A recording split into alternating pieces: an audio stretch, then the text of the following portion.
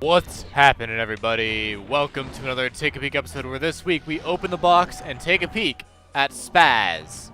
Space Pirates and Zombies, and Bounty Hunters 2. So, this game is exactly as it sounds. It has space pirates and zombies and bounty hunters.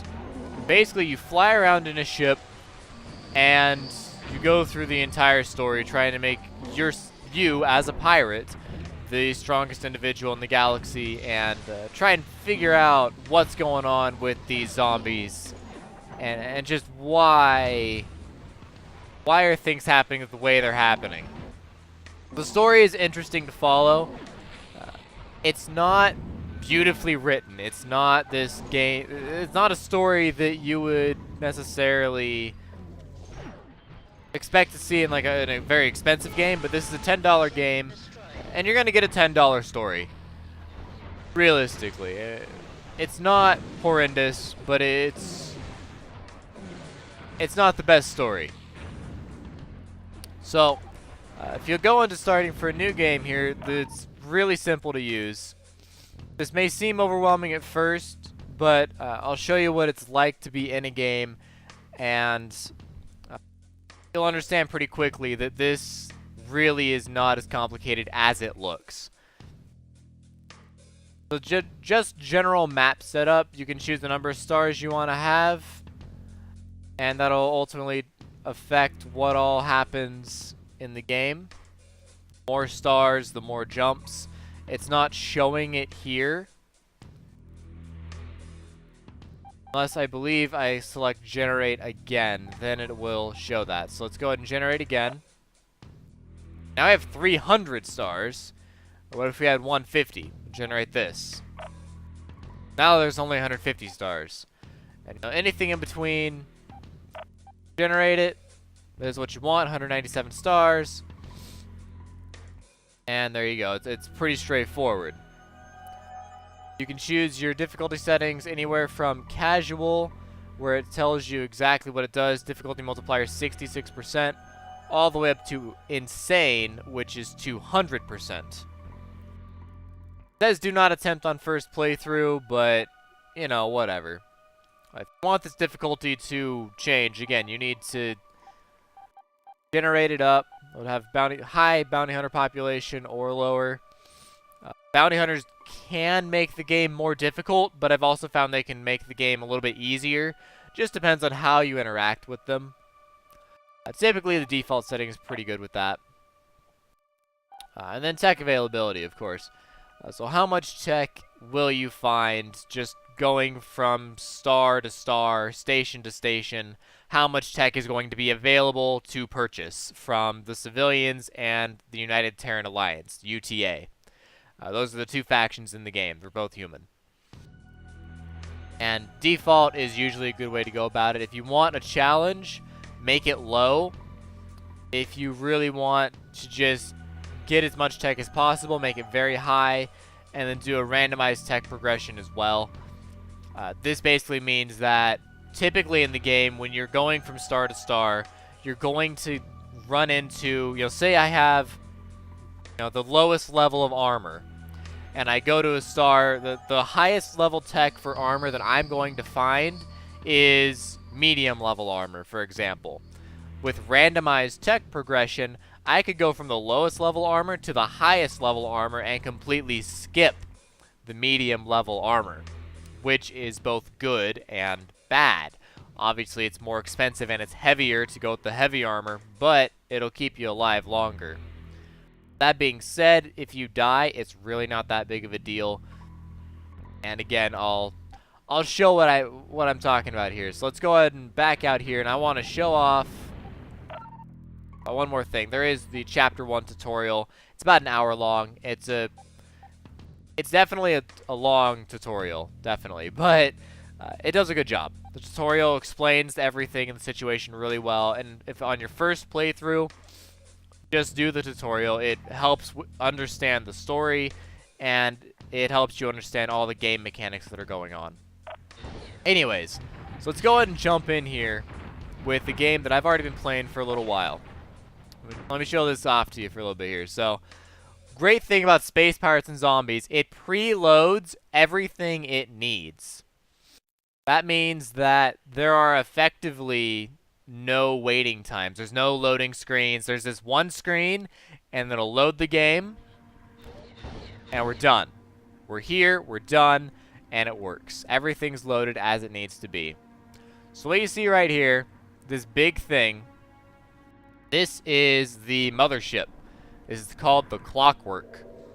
And the Clockwork is where all of your ships will be built. It's where all of your, basically everything happens. It's your home base. So it's, for example, it's where your goons are stored, your people. It's where your res is stored, which is the primary currency in the game. And it's where your data is used to create research. Up in the top left, just kind of explain this a little bit, as I feel the tutorial didn't explain this well enough. You have your first circle out here. This is your shielding, and the value is 575 for me right now for the ship I'm using. Pretty good shielding. Next layer after that is armor, and the type of armor will dictate the basically what the armor looks like. So I'm using medium armor right now, which means I have this big green bar and then a slightly dimmer green bar behind that. If I'm just using light armor, I'll only have that bright green bar. And with heavy armor, I imagine it'll look even different. And then in the very center right here, actually it fits really well. In the very center is the hull, which is $8.99 for me right now. And the hull, it's obviously the weakest of the three. If you've ever played EVE Online, the way that it works is very similar. Your shields are pretty good, your armor's pretty good, and your hull is extremely fragile. You want to be very careful with that. Below this, we have the yellow box here with the 0 of 170. That is the storage capacity right now. So, for example, these little asteroids in space, if I were to mine these, they pop out some resources. Did that a little bit too close to the mothership. Let me try that again. Alright. There we go. I sucked one up. So now you can see I'm at 5 of 170.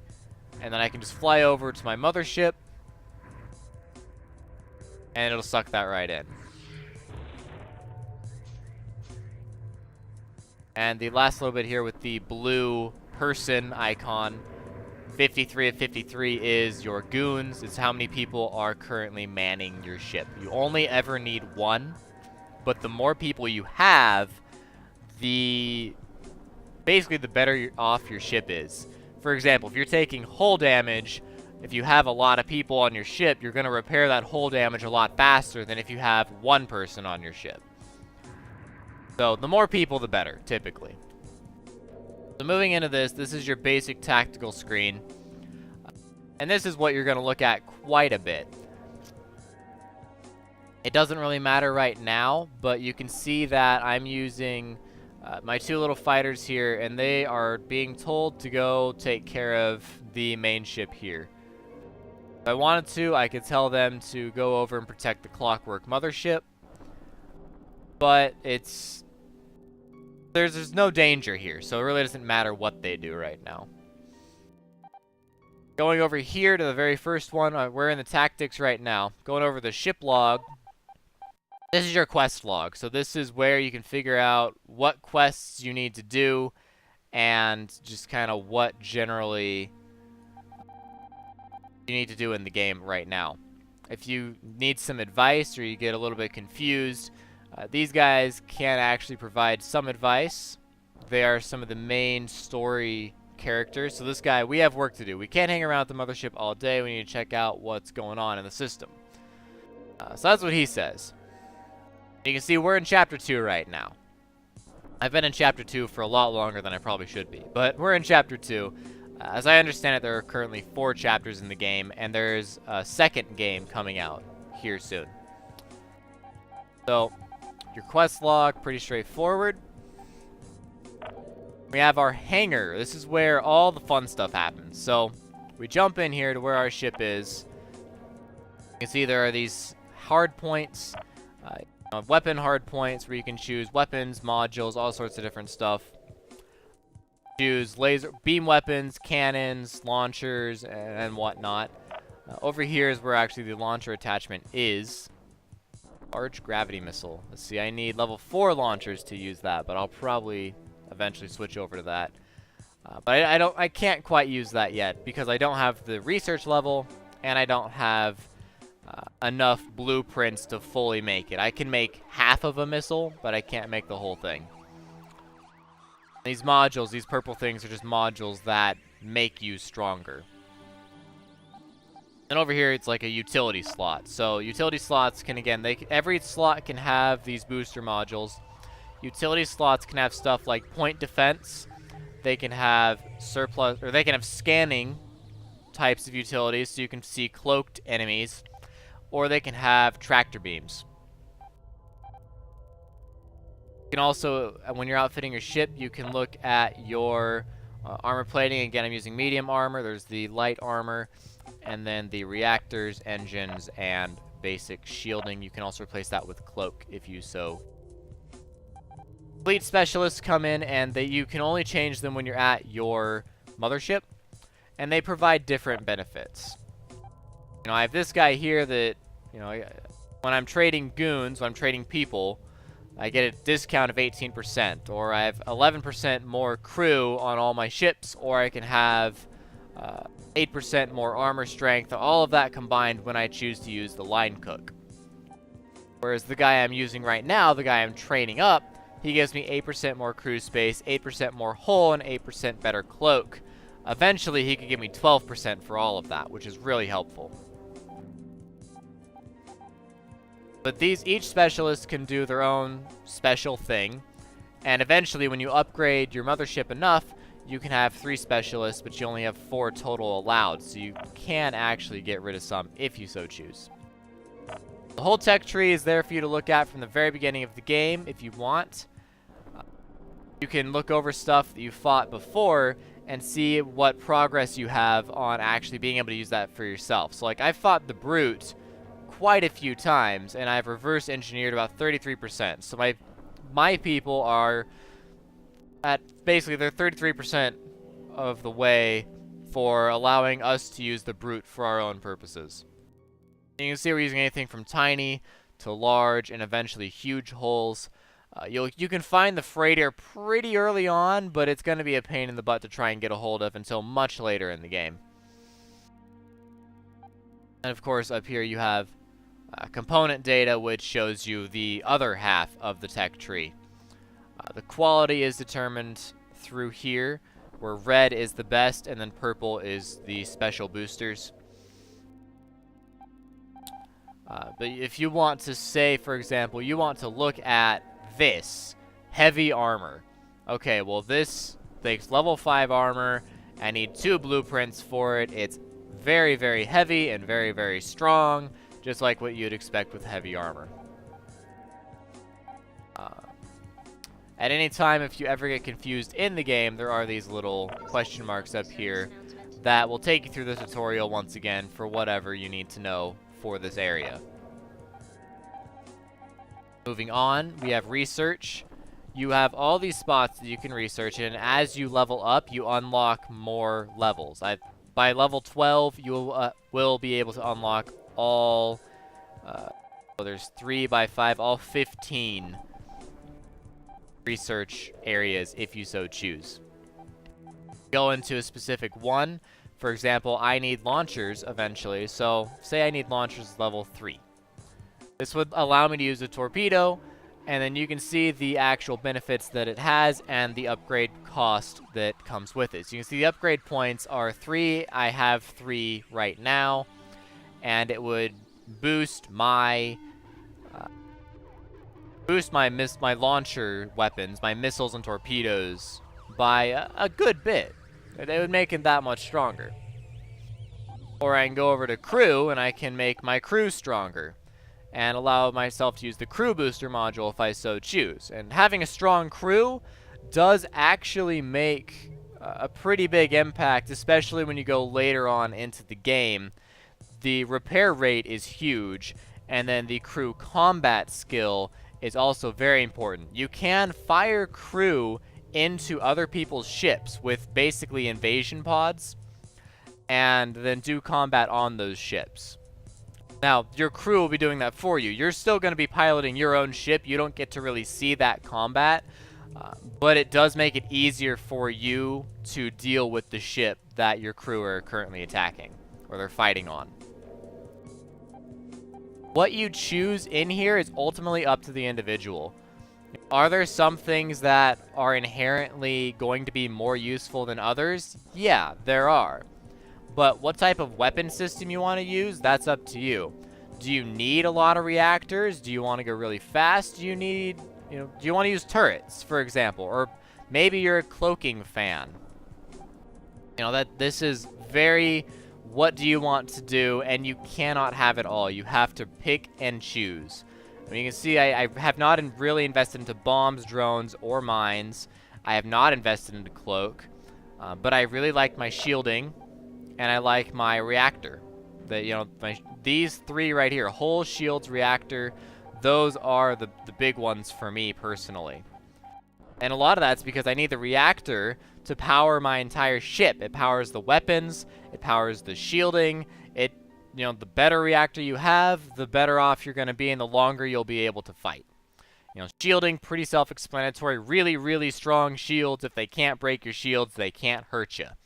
And same thing with a lot of hull and a lot of armor. If they can't kill you, then you're going to be able to knock them off pretty easily. I'm going to skip over system map real quick to go ahead and show off the star map.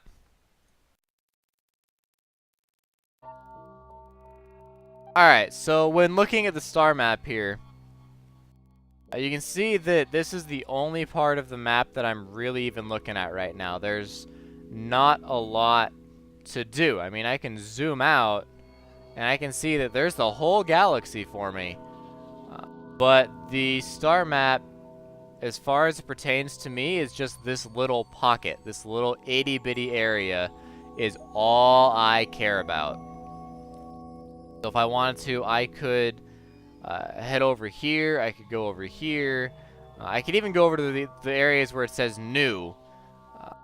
But right now, staying in this one right here, staying in Canum Crest, is probably the best place that I want to be right now. So, like I said, there's really not much to show in a star map, but it is actually helpful.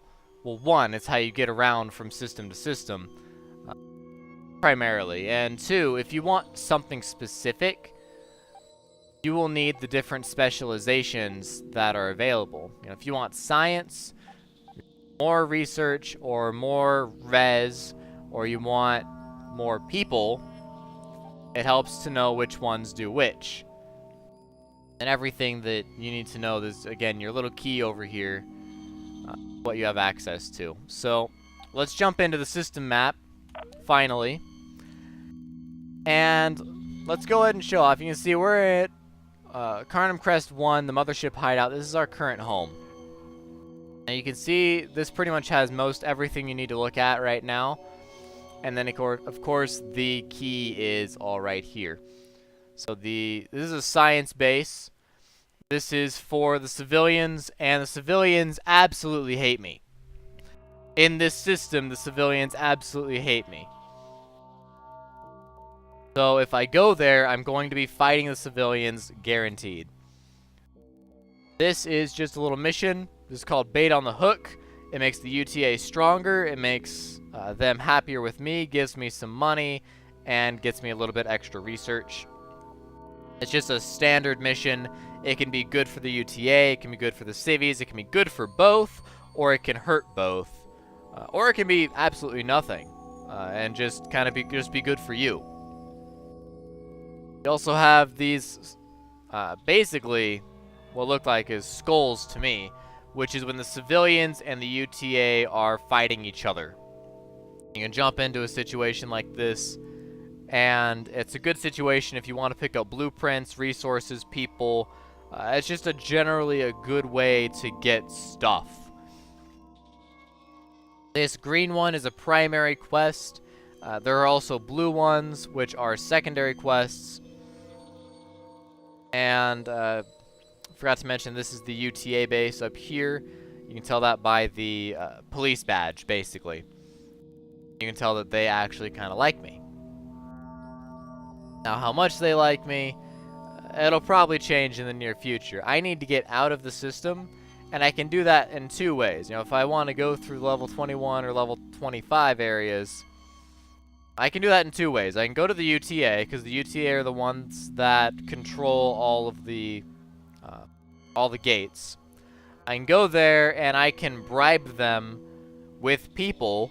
I can sell them people, and they will allow me passage through those warp gates.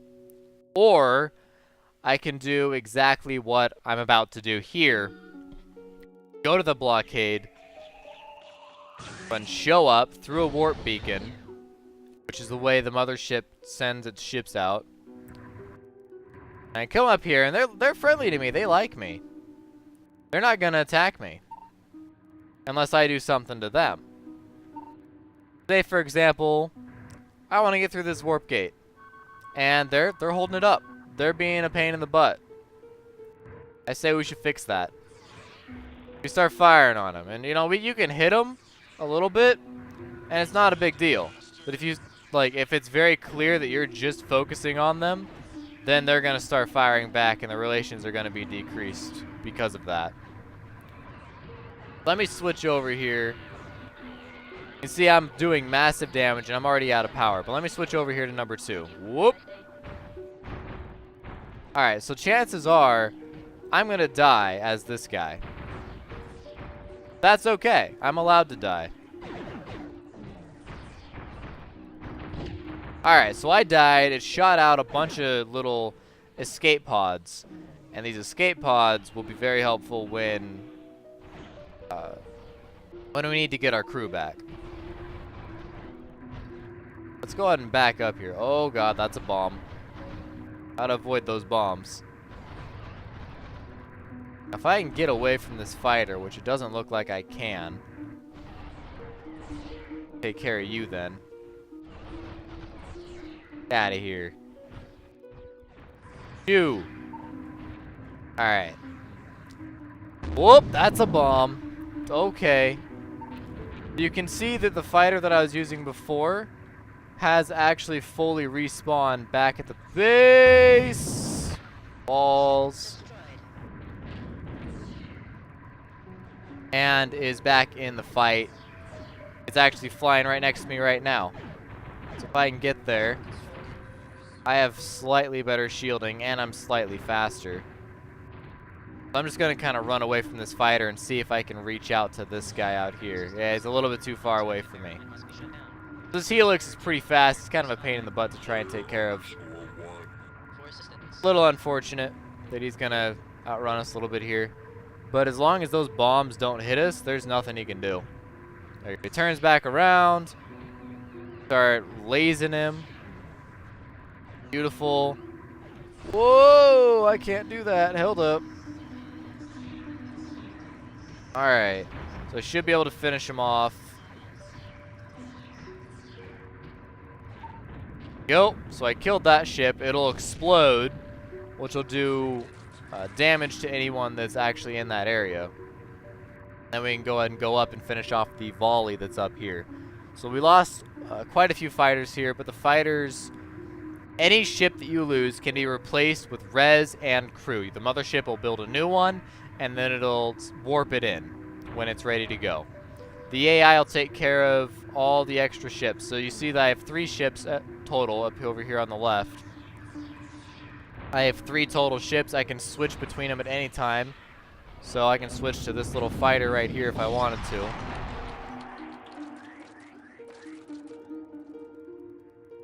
And then just fly around with it. Now I have all the lasers. I can do everything that I could do before, just now with a different ship. Or say I want to go back to this guy. Whoop. I can still fire all these weapons as well. They're clearly different ships, and it's just me going in between and doing, controlling all the ships that I want to control. Let's go ahead and free up this level 25 blockade. Show you again. It's a little bit more combat. This is only UTA ships. The civilian ships are different, and they bring different things to the table. You can see that's another ship that looks pretty much exactly the same as the ship that I'm using right now. That tells you right now I'm using UTA tech in order to... basically, in order to be a good pirate. If we can just finish this guy off, the sooner he dies off, the better. There's some fighters that are pecking at me, and my fighters are just focusing on the big guy. So there he goes, big boom.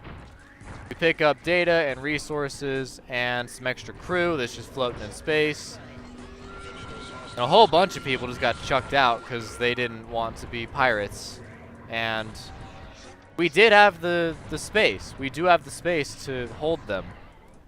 They chose that they don't want it to be a life of the pirate, so they were just jettisoned out into space. I'm actually going to die here if I don't be careful. If I can back up a little bit.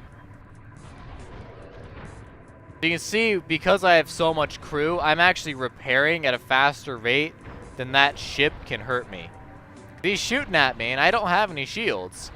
But I'm repairing faster than that little scout can actually hurt me. And then I can take him out in 2 volleys if I had aimed properly. That was close. Alright. That forced him to run away, and that's good. So we can take a moment here, get our shields back online. Whoop. Make sure the shields take that shot. And that guy's probably just going to go do his own thing for a little while. So let's focus on this new fighter.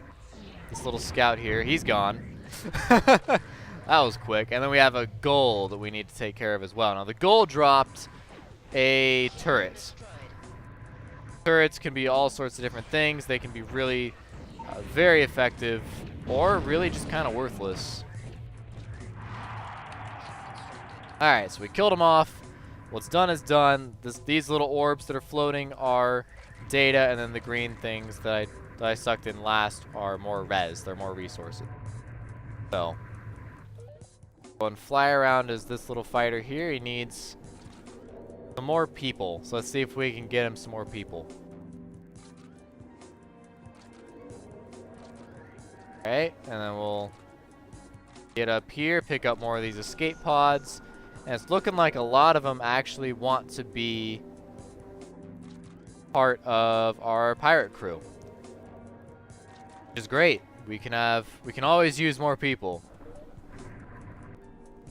Just like that, we've cleared 2 blockades. Now if we want to go to the star map, you can notice that now this says new and this says new. So if I want to go here and I can hover over this, it'll show me that there's some high-level armor here that I can buy. So let's go ahead and go here. We can go to a station, interact with them, buy what we want to buy. And then, so it's you guys that have it, so we'll go to you. We'll buy up what we want, and then we can just continue on with the game. Easy peasy, no problem. This is what a space station looks like. This is civilian, and this one specifically is a mining station. If you do get in front of the lasers, they will hurt you, so be careful about that.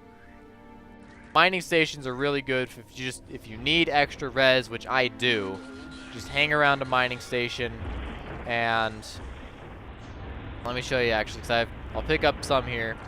There's a lot of excess here, and I can just go over it and use my tractor beam and suck a whole bunch up. And then I can go up here, suck up a little bit more, suck up some more, and the AI is doing it too. And I can go over to the beacon, drop it all off, and then all of that gets added to my stores and goes to the mothership. Go dock here, go to the black market. We can actually buy up this right here. It costs 554. It's one of 2 parts. We still need the second part in order to use heavy armor, but this will get us half the way there. For 554, it's just a good way to go about it. Now, if I really wanted to, I could attack this base and steal the research. I don't have to pay a single res. I can attack it, and then when I destroy the base, whatever research they had for sale will just become mine. See, there's, oh my god. Holy crap. You see, going into tactical view, you can see what else is on the map. And I'm actually not going to tell any of you guys what any of this is. That's because if you guys go play this game yourself, I want you to figure out what a lot of this stuff that hangs out in space actually is and what it does. Because it's really cool. All the stuff that you can find in space. It's very helpful. So again, if I want to, I can go to another blockade. I can take it out and then move on. You can see the UTA strength and the Civ strength are both 3 of 3. They're max strength, which means they're going to have the toughest ships that they can field for a sector of this level, and their space stations are going to be as big and as tough as possible. As far as relations are concerned, if they don't like you, you cannot buy anything from the black market. If they do like you, you can buy stuff from the black market. So let's go ahead and save. Real easy. And we're going to go ahead and quit to the quit to the menu at this point. Because there really isn't that much left to show about the game.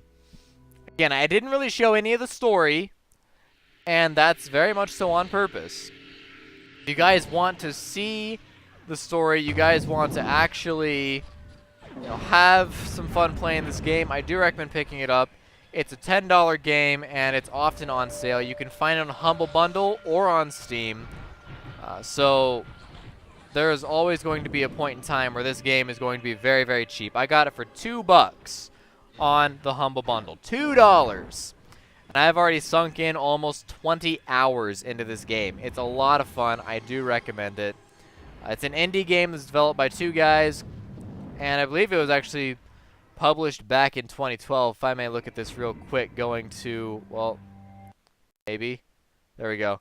Just going to their main store page here. This was actually released back in 2011, and they have another one coming out here soon that's going to be Space Pirates and Zombies 2, and that's going to be available Q1 of, get rid of that, Q1 of 2015. So if you guys are waiting for or if you want to get Space Pirates and Zombies 2, I highly recommend picking up the first game and, 1, seeing if you like this kind of game, and 2, understanding the entire backstory, because what they're doing in number 2 is building off of what happened in number 1. How they're going to do that's going to be very interesting. I'm not entirely certain how it's going to work, but if you want to know what happens in number 2, you have to get number 1. It's just how it works. One last little tidbit about this game that seems to be well known and yet not very well known. Total Biscuit did the voice acting for this game. If you don't know who Total Biscuit is, then I don't even know how you found this channel in the first place, because he's a much, much bigger YouTuber than I am. If you don't know who he is, go check him out, go listen to his voice. But Total Biscuit did all the voice acting for this game. Truth be told, I don't think he did a very good job. Excuse me, I don't think he did a very good job, and I don't feel, and many people agree with me. But that being said, he was the one that did the voice acting for the game. So if you want more Total Biscuit, this game is definitely a solid pickup for getting some Total Biscuit in-game action. Overall, I'd probably rate this game a 6.5 out of 10. It's worth picking up on the cheap, on the sale, and it's a fun little game to play, but it's not a must-have. You know, if there's something that you feel like you're saving up and you really want to get it, go for that instead and pick this game up on the cheap. Well, that guy died. But pick this game up on the cheap, and it's worth a playthrough. It's a fun little bit. So that's pretty much all I have to say about this Space Pirates and Zombies 2 and Bounty Hunters game. The Bounty Hunters was a free expansion pack that came with it. So as always, guys, thanks for watching. I will see you next time with another Take a Peek episode. Take care.